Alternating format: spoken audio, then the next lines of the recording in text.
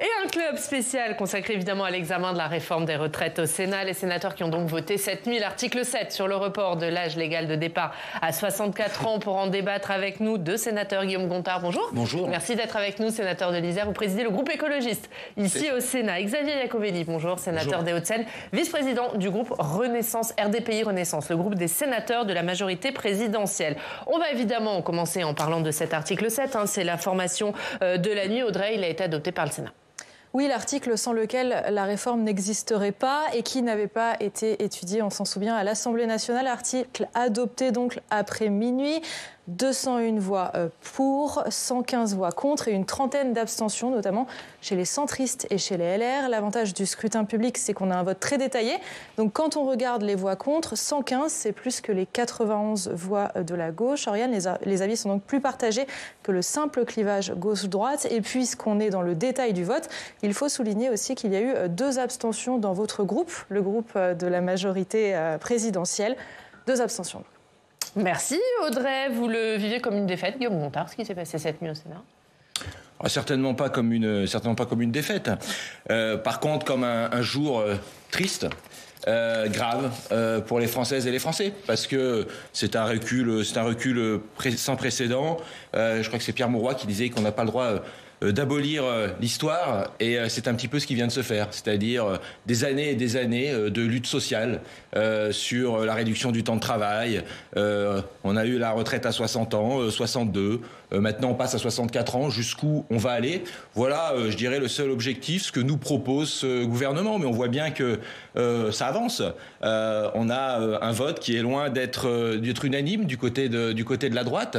Pourtant, on a un très bon ambassadeur d'Emmanuel Macron avec Bruno Retailleau. On voit que même ses troupes ne le suivent pas. On voit que en grande majorité, les LR ont voté pour. Oui, mais même dans le groupe RDPI, qu'on ait 2 abstentions. D'ailleurs, je ne sais pas, a priori, on nous disait que ceux qui ne voteraient pas dans ce sens seraient exclus. Je ne sais pas comment, du coup, vous allez dire. National ici. Ah, d'accord. Il y a des différences. Non, je pensais que c'était votre. Non, ici, on le sait. Donc voilà, moi, je pense que ça avance. Et puis, il y a une mobilisation sans précédent et qui ne faiblit pas, qui continue, parce que les Françaises et les Français, tout simplement, ne veulent pas de ces solutions quelque part simplistes, mais qui ont un impact sur la vie des gens terrible. Je vous laisse répondre, mais juste pas d'exclusion des 2 sénateurs qui ont voté contre. Il n'est pas question d'avoir d'exclusion. Ils se sont abstenus. Il y a une dimension personnelle aussi qui joue dans cette position. Mais je pense que c'était important aujourd'hui de passer cette étape de l'article 7. Je vous laisse répondre à Guillaume Gontard qui dit que ce gouvernement abolit l'histoire. Non, mais déjà, répondre, il n'y a pas de victoire ou pas de défaite sur cet article 7. Déjà, je pense que c'est une victoire pour le Sénat dans son ensemble et pour la démocratie, parce qu'on a réussi à avoir un vote. Enfin, c'est ce qui est quand même assez hallucinant d'être obligé de le rappeler. Mais enfin, le Parlement est là pour voter. On l'avait un petit peu oublié avec ce qui se passe à l'Assemblée nationale et avec peut-être des positions, d'ailleurs, qui sont les vôtres, monsieur le président de groupe. Vous assumez clairement de ne pas vouloir voter, ce qui est quand même particulier pour un parlementaire. Mais nous ne sommes jamais avoir dit ça, mais si vous retrouvez quelque chose, vous me le présenterez. Je crois que vous avez clairement assumé dans l'hémicycle de ne pas vouloir aller jusqu'au bout du texte. Donc, c'est-à-dire de ne pas voter. Pardonnez-moi. Alors, vous me retrouverez. On a des comptes rendus assez précis. Sinon, je comprends dans l'hémicycle, mais vous me retrouverez. Moi, j'ai dit que j'ai toujours voulu aller au bout et faire le débat. Vous m'interpellez, donc. Oui, mais vous m'avez interpellé. Pour le coup, je vous ai pas répondu.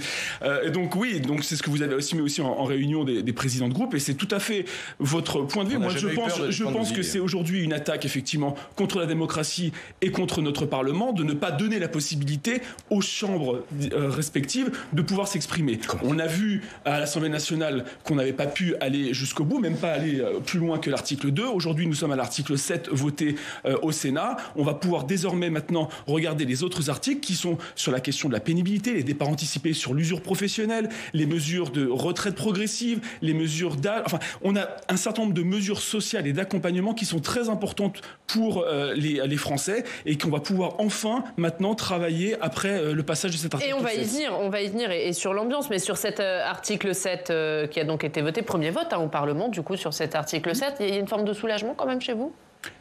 Pas une question de soulagement. Encore une fois, c'est une étape qui était indispensable pour l'équilibre financier de cette réforme et surtout pour la pérennisation de notre système de retraite par répartition. Encore une fois, on n'est pas là pour se faire plaisir et pour dire qu'on a une victoire ou on est heureux de faire travailler 2 ans de plus les Français. Et encore une fois, ce n'est pas 2 ans de plus pour tout le monde. Il y a 40% des Français qui n'auront pas à aller jusqu'à l'âge légal parce qu'il y a des mesures d'accompagnement, il y a des mesures de pénibilité, d'usure professionnelle, de départ anticipé, de trimestres supplémentaires pour les aidants qui vont permettre à un certain nombre de Français, 40% de Français, de partir par anticipation grâce à cette réforme. Guillaume Gontard, sur cet article 7. Je voulais déjà revenir parce que ce petit discours, blocage, où on empêcherait le débat, franchement, on a démarré un texte avec 3000 amendements. 3000 amendements pour un texte comme ça. Global, sur l'ensemble, ça me paraît 3500 ou 700. Allez, on va dire. Et d'ailleurs, c'est la seule réforme où on a plus d'amendements sur c'est vrai qu'effectivement, c'était pas des amendements RDPI, en tout cas En Marche, parce que voilà. Mais par contre, on avait à peu près, sur ces 3000, à peu près plus de 1000 amendements qui sont issus des rangs de la droite, ce qui est une très bonne chose. Voilà, nous on a déposé l'ensemble de la gauche, à peu près 2000 amendements, donc on est quand même très loin du blocus. On a des amendements sur l'ensemble des articles, on en a encore beaucoup. Donc au contraire, évidemment qu'on veut le débat. Évidemment qu'on veut le débat. C'est vous qui, depuis le début, esquivez ce débat. C'est vous qui, on a vu la séquence qui a pu se passer. Alors, on a ce véhicule législatif parce qu'on veut réduire le temps. Pourquoi réduire le temps ? On a le temps de débattre. Je pense que les Français doivent entendre ce qu'on a à dire. On doit pouvoir porter la parole des Français. Je pense que vous prenez une responsabilité très forte. Je vois ces images de gens qui sont dans la rue, là. Qu'est-ce qu'on est, nous, parlementaires ? On est le relais de ces gens. Ceux qui sont dans la rue, pour vous, ceux qui ne le sont pas, mais on est le relais.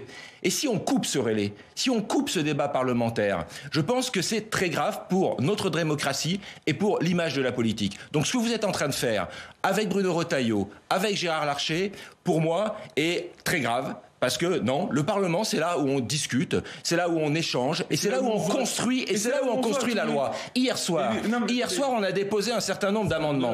Il y a eu 4 ou 5 amendements qui sont passés. Parce que oui, quand on regarde de près, on se dit, ah bah oui, pour les sportifs, c'est vrai que ça va être compliqué de passer à 64 ans. Pour les pompiers, ah bah oui, aussi. Donc on voit que quand on regarde de près, cette réforme ne tient pas, et donc heureusement qu'on fait ce travail parlementaire. Et moi, je suis fier de le faire, et oui, j'irai jusqu'à dimanche minuit. Donc vous acceptez de vouloir aller jusqu'au vote final de dimanche minuit. Mais j'accepte rien du tout. Non mais dites-nous. À dimanche minuit, qui a limité? Non mais ne repartez pas sur un monologue, pardonnez-moi, mais enfin c'est pas un monologue. Ça va être compliqué. Pardonnez-moi, mais en fait, vous avez assumé le fait que le Parlement était là effectivement pour débattre, oui, je l'affirme, améliorer, et ça on est d'accord là-dessus. J'affirme aussi que le gouvernement. Donc je vous laisse faire le monologue, allez-y. Voilà, j'affirme que le gouvernement a limité à dimanche minuit. Donc, voilà. si je peux me permettre d'en placer une, pardonnez-moi, mais donc le Parlement est là pour débattre, pour améliorer un texte, pour amender et in fine pour voter. C'est le principe même du Parlement, sinon on ne sert à rien. Pardonnez-moi, si on ne vote pas des lois, on ne peut pas les... quelques textes, j'ai un peu compris le fonctionnement. Non mais c'est bien de vous rappeler, Monsieur le Président, parce que j'avais cru comprendre qu'encore une fois, le groupe écologiste et une partie de la grande majorité des députés, enfin des sénateurs, pardon, de la NUP, vous voyez, je m'y perds puisque Jean-Luc Mélenchon a même salué les sénateurs de la NUP qui faisaient obstruction au texte. Donc on voit bien que il y a effectivement. Ça vous pose problème? Enfin, je veux dire. Ah bah oui, moi ça me pose. Moi j'ai pas besoin d'avoir un mentor, j'ai pas un gourou. Moi ça me pose pas problème. Vous avez Emmanuel Macron qui d'ailleurs on n'entend pas trop, qui vous donne la ligne et que vous devez suivre. Le principe du débat, c'est de s'écouter et de pouvoir répondre à des interpellations. Alors ne me posez pas de questions. Si vous ne posez pas de questions, je vais vous répondre. Donc la prochaine fois vous serez invité au matinal tout seul, comme ça vous n'aurez pas de questions à répondre.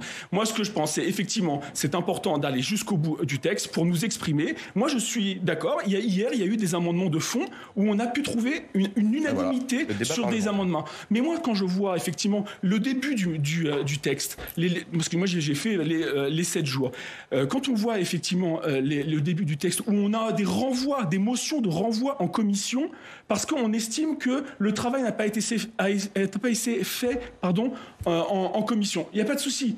Motion de renvoi. Mais les mêmes qui déposent ces motions de renvoi en commission refusent de débattre en disant ça se jouera dans l'hémicycle. Donc si c'est pas de l'obstruction, le fait de multiplier les prises de parole, les amendements identiques du même groupe, de la même personne, c'est clairement de l'obstruction. C'est le premier texte où, au fur et à mesure de l'examen des amendements et des articles, on a plus d'amendements que quand on a commencé. C'est quand même particulier, parce qu'il y a des sous-amendements qui arrivent au fur et à mesure. Donc vous assumez une obstruction. C'est pas. Mais après, assumez-le. Je n'assume pas d'obstruction. Ça a été assumé dans l'hémicycle hier.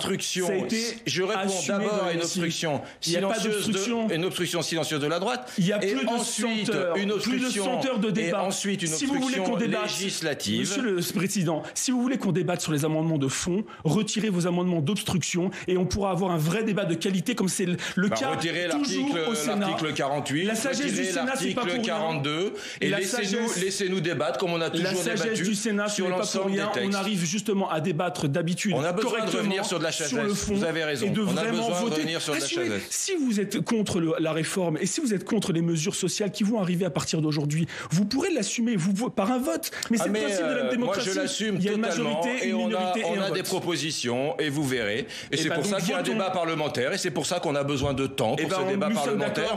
Nous, on n'a aucun problème pour défendre nos idées. On n'a pas peur de nos idées. On n'a pas besoin de contraintes par multiples artifices. C'est la première fois qu'on utilise un article 42 au Sénat. L'article 38, je crois, a été utilisé une fois. Pourquoi sur ce texte ? Pourquoi sur un texte où il y a pourquoi sur ce texte où il y a 3000 amendements et où est l'obstruction ? 4 000. On a débattu la moitié du temps. On est à l'article 7 qui est la moitié du texte. Où est l'obstruction ? Oui, on avance à un rythme, on a des amendements, on les débat. Vous reprochez d'avoir eu un certain nombre d'amendements, effectivement, qui se ressemblent, et d'avoir eu 70, voire 80 sénateurs, sénatrices qui ont pris la parole sur cet article 7. Mais heureusement, moi, je trouve que je suis étonné qu'il n'y ait pas eu l'ensemble des sénatrices et des sénateurs qui n'aient pas pris la parole sur ce texte. On est des représentants des territoires, on est sur nos territoires.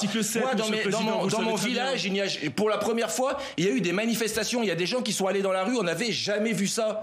Vous vous rendez compte ? Je ne comprendrais pas qu'une sénatrice ou un sénateur ne prenne pas la parole et ne porte pas la parole de ces gens. Heureusement. Et c'est pour ça qu'il y a un Parlement. Et vous êtes en train de dévoyer ça. Mais non, justement, le dévoiement du Parlement, c'est ne pas voter et de ne pas amender. Mais qui vous dit pas voter ? On a fait que voter. On a voté hier soir, on a voté. On a des amendements qui ont été adoptés.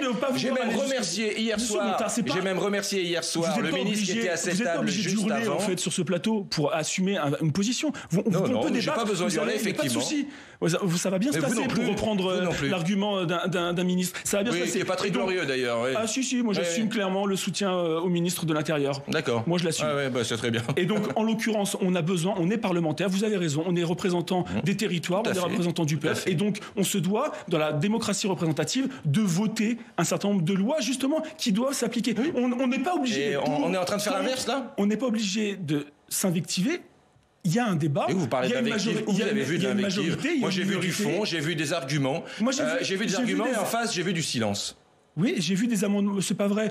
En fait, juste, on n'est pas obligé de prendre la parole sur tout. En fait, on prend la parole quand on a des choses à dire importantes et quand on a des représentants sur chaque groupe qui ont pris la parole et qui ont donné la position du groupe sur les différents amendements et les différents articles entre l'article 1, l'article liminaire et l'article 7. Il y a effectivement des éléments. On a des discussions à l'intérieur des groupes. Il y a des positions qui peuvent différer d'ailleurs entre certains groupes. On l'a vu d'ailleurs dans les différents votes qui se sont succédés. Il y a des vrais amendements de fonds qui ont été maintenus, qui n'étaient pas irrecevables et qui ont pu être défendus et quasiment même votés à l'unanimité sur un certain nombre de mesures. Et ça va dans le sens. Où est le problème ? On est là. Où est le problème ? Mais le problème, maintenant, moi, il n'y a pas de souci. Si on se dit collectivement qu'à partir de maintenant, à partir de l'article 8, on va enfin travailler sur des éléments de fond pour compte, peu importe. Mais on va pouvoir travailler sur des éléments de fond. Et si l'article 7 n'est pas un élément de fond, si passer de 62 à 64 ans n'est pas Monsieur le Président,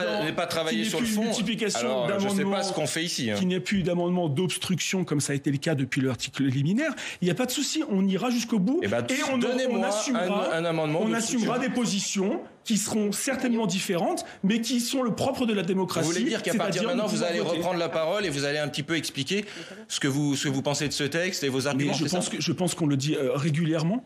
Ah, mais je vous ai pas beaucoup entendu jusqu'à présent. Ah parce que vous n'êtes pas souvent en séance, c'est peut-être pour ça, Monsieur le Président. Oui, je suis pas souvent en séance. C'est vrai. En l'occurrence, je pense qu'on a assumé à chaque fois nos positions.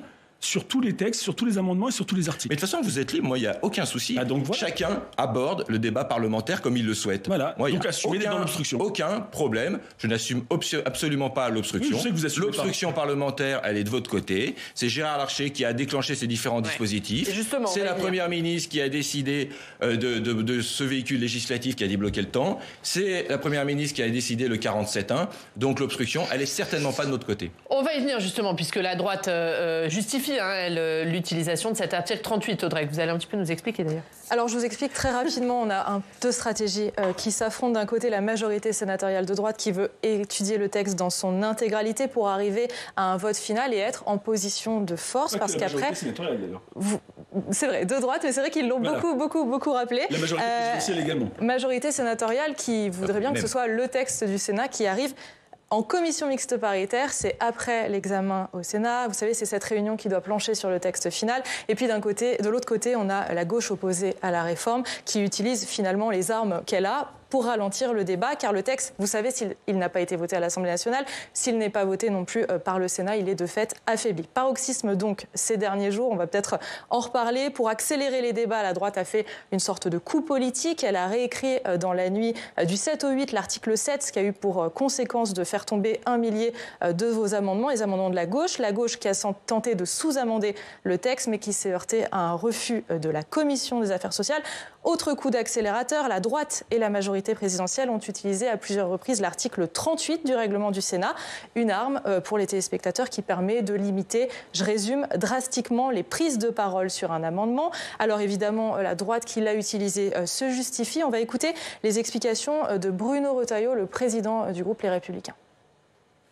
Une nouvelle preuve ce soir, une nouvelle preuve d'obstruction. Les 90 sous-amendements de Madame Lubin qui décalent d'une journée la remise d'un rapport. Ça n'est pas, mesdames, messieurs, de l'obstruction. Vous êtes en train de vous mélenchoniser. Jamais nous accepterons que vous mélenchonisiez le Sénat.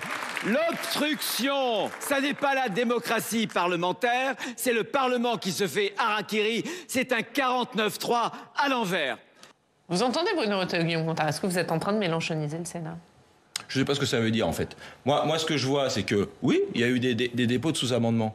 Puisqu'il y a eu cette tentative, à la fois avec l'article 42, avec l'article 38, de brider totalement le débat sur un débat qui se déroulait totalement bien. Qui c'est qui a fait ? Comment, je veux dire, la fracture, elle s'est faite à quel moment ? Sur cet article 7, avant-hier soir, dans la nuit. Cet article 38 qui est sorti par Bruno Retailleau, après des manifestations sans précédent, historiques, dans un hémicycle qui était en train de débattre. Alors je le note d'ailleurs, en pleine nuit. Voilà, on a décidé que maintenant c'était fini, qu'on allait réduire le temps de parole de l'opposition. Non, ce n'est pas acceptable. Donc oui, effectivement, on a des moyens qu'on a. On nous explique que les moyens qui sont utilisés sont des moyens démocratiques.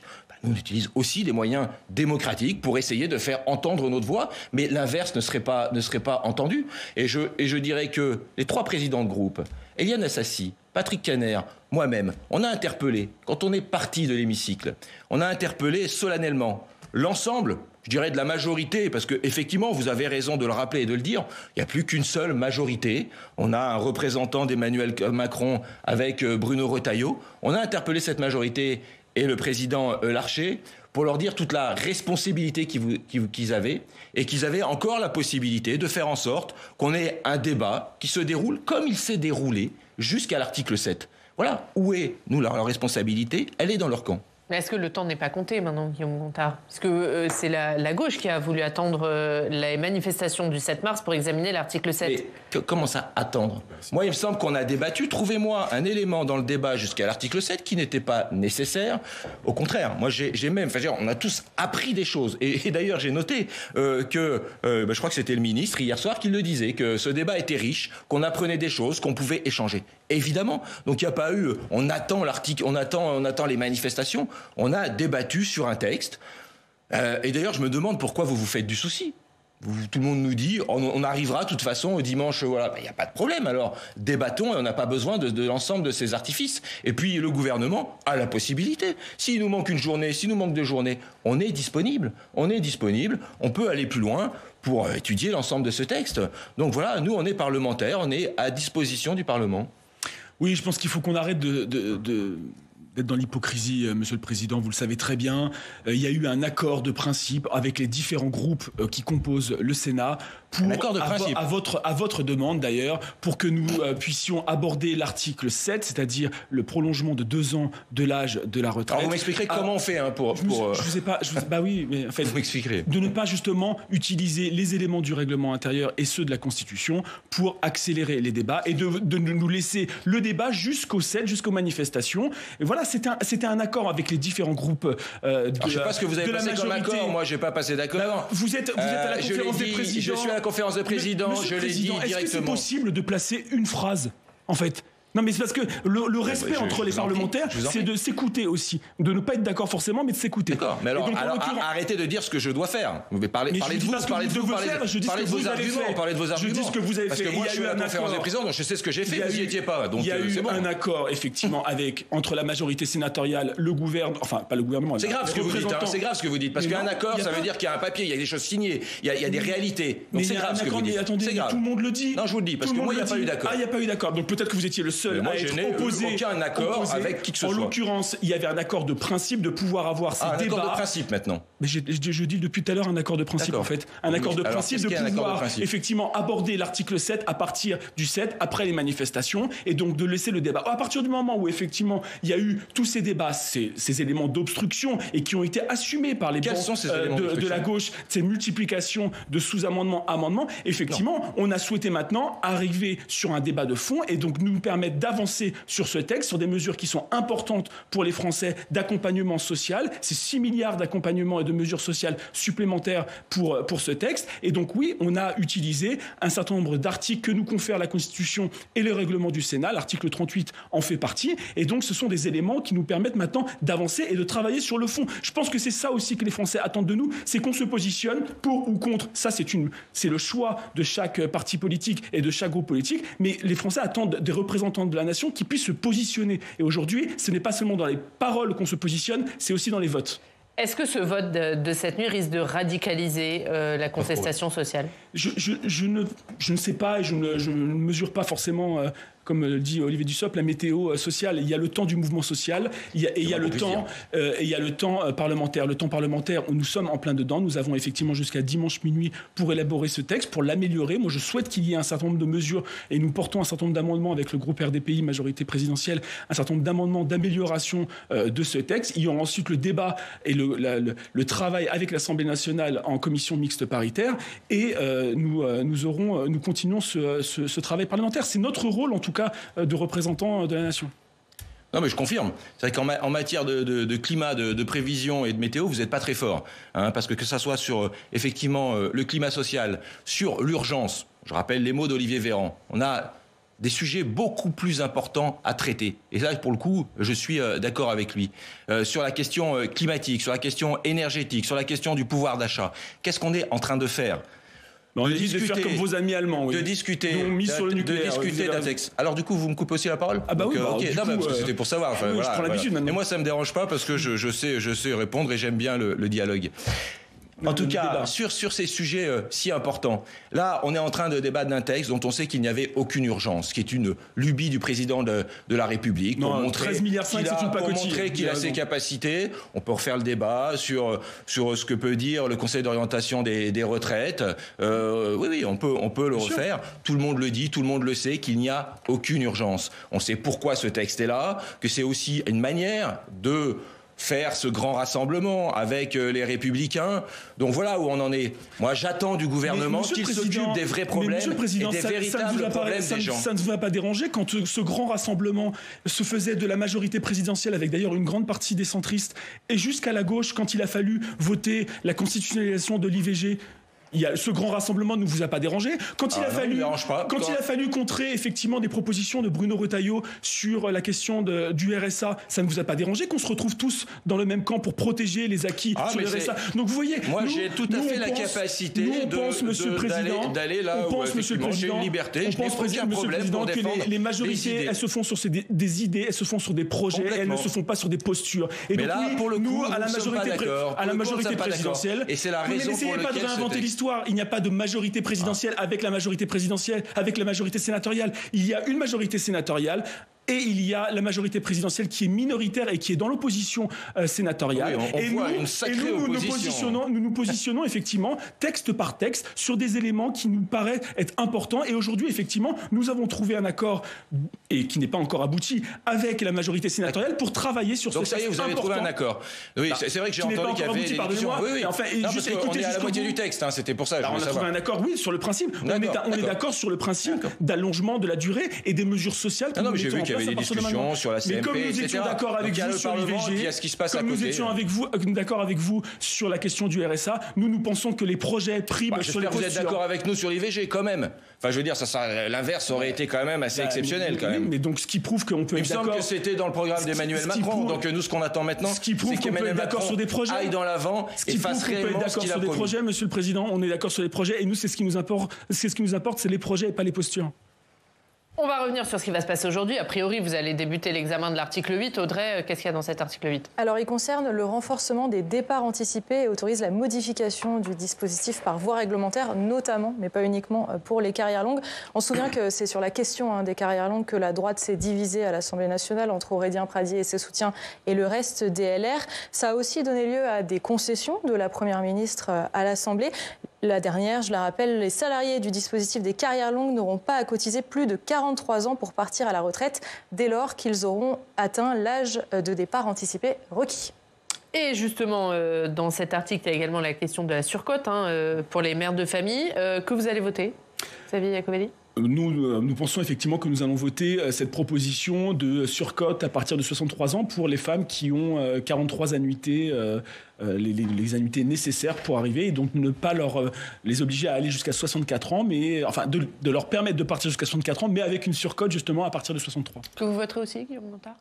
Mais je pense qu'il y a un vrai problème dans ce discours, et notamment de Bruno Retailleau. C'est-à-dire que le problème des retraites, ça serait quelque part les femmes, parce qu'on ne fait pas assez d'enfants, et donc il faudrait faire plus d'enfants, et le problème de retraite serait réglé. Je veux dire, c'est pas comme ça qu'on règle ces problèmes.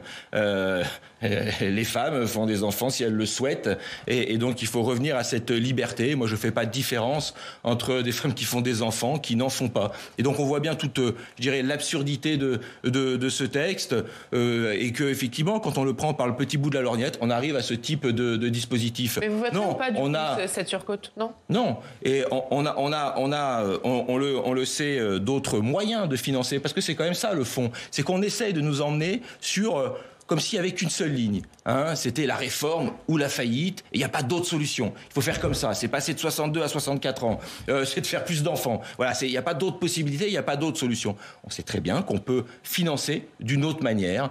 Sur la question de la participation du capital, ça me paraît important. On a fait le fonds de réserve des retraites. Comment on alimente ce fonds de réserve des retraites qui a été siphonné, et qui, s'il n'avait pas siphonné par M. Fillon, par M. Woerth, aujourd'hui, on n'aurait pas de problème de financement des retraites. Donc oui, il y a des solutions. Oui, effectivement, il y a des solutions, mais que nous ne souhaitons pas emprunter, et on l'assume depuis 2017. Ah bah ça, c'est sûr, oui. C'est-à-dire de ne pas augmenter les impôts sur les Français. Et au contraire, depuis 2017, on baisse cette sur les pression, grandes fortunes, sur les milliardaires, on baisse sur les cette pression fiscale sur les Français. Et donc vous assumez aujourd'hui de vouloir faire des taxes et des impôts supplémentaires sur les Français pour financer un système. Mais il n'y a pas de souci, c'est un modèle de société qui n'est pas le nôtre. Nous estimons effectivement que si on veut pérenniser... c'est 20 milliards de super profits, j'assume effectivement de faire participer Total. Monsieur le Président, pardonnez-moi, mais en fait, on a voté une taxe sur les super profits, sur les énergéticiens qui rapportent 11 milliards. 11 milliards, c'est ce que nous avons fait avec Gabriel Attal. Donc du coup, on a plus de souci de financement. Non, parce qu'en fait, nous, on part du principe que le système par répartition En fait, c'est notre système. Vous savez, c'est celui qu'on a hérité. Qui dit qu'on remet en système de répartition? Je vous ai parlé d'un fonds de réserve des retraites qui a été créé par Lionel Jospin. On va arriver à la fin de ce débat, donc un dernier mot, Charles. Voilà, un dernier mot. Juste, le système de retraite par répartition, ce sont les actifs qui financent les retraites, les pensions de retraite. Et donc, à partir du moment où on crée un impôt indirect pour financer un système qui est foncièrement et structurellement déficitaire, nous sortons de ce système par répartition. Et là, vous faites le jeu de la droite. Vous faites le jeu de la droite parce que justement, là, vous permettez à la droite de partir sur la capitalisation. Et je crois que ce n'est pas ce que nous voulons, ni à gauche, ni dans la majorité présidentielle. On va faire attention de ne pas faire le jeu de la droite quand même, ça serait dommage. Et ce sera le mot de la fin. Merci messieurs, vous restez avec nous. On va continuer à parler de cette réforme des retraites. C'est à la une de nos quotidiens régionaux.